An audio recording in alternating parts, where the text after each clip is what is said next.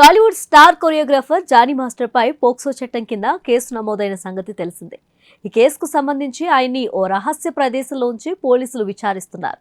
అయితే అత్యాచార ఆరోపణలకు సంబంధించి డిఫరెంట్ వర్షన్స్ వినిపిస్తున్నాయి.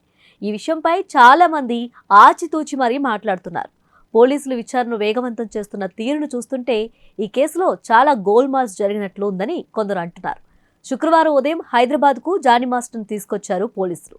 విచారణ తర్వాత జానీని రంగారెడ్డి జిల్లా ఉప్పర్పల్లి కోర్టులో హాజరుపరిచే అవకాశం ఉంది. జానీ మాస్టర్పై వచ్చిన ఆరోపణలు ముమ్మాటికి అసత్యమేనని ఆయన భార్య ఆయేషా అంటుంది.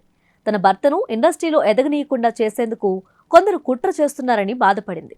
ఆ యువతిపై కొన్నేళ్లుగా లైంగిక దాడి జరుగుతుంటే ఇన్ని రోజులు ఆమె మౌనంగా ఎందుకుందని ఆయేషా ప్రశ్నిస్తోంది. 16 ఏళ్లకే అత్యాచారం జరిగి ఉంటే అప్పుడు ఎందుకు ప్రశ్నించలేదని అంటుంది. బాధితురాలికి చాలా మందితో సంబంధాలున్నట్లుగా ఆయేషా చెబుతుంది. గతంలో జానీ మాస్టర్ కేవలం మాస్టర్గానే ఉన్నారని, స్టార్ కొరియోగ్రాఫర్ అయిన తర్వాత ఆయన రాజకీయాల్లోకి వెళ్లారని, ఆయన్ని అణిచివేసే ప్రయత్నంగానే ఇటువంటి కుట్ర చేస్తున్నారని జానీ భార్య ఆయేషా తన ఆవేదనను వ్యక్తం చేసింది.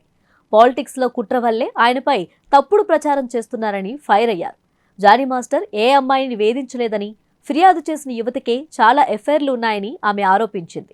జానీ మాస్టర్ మెప్పు కోసం ఆమెప్పుడు ప్రయత్నించేదని, 16 ఏళ్ల వయసులో అత్యాచారం చేస్తుంటే వాటికి సంబంధించిన ఆధారాలు ఉన్నాయా అంటూ ఆయేషా ప్రశ్నించింది.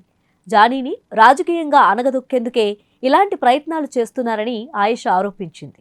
మెకానిక్ నుండి డాన్సర్గా ఎదిగిన తర్వాత ఎంతో మంది స్టార్ హీరోలకు కొరియోగ్రాఫర్గా వ్యవహరించి జానీ మంచి పేరు తెచ్చుకున్నారు.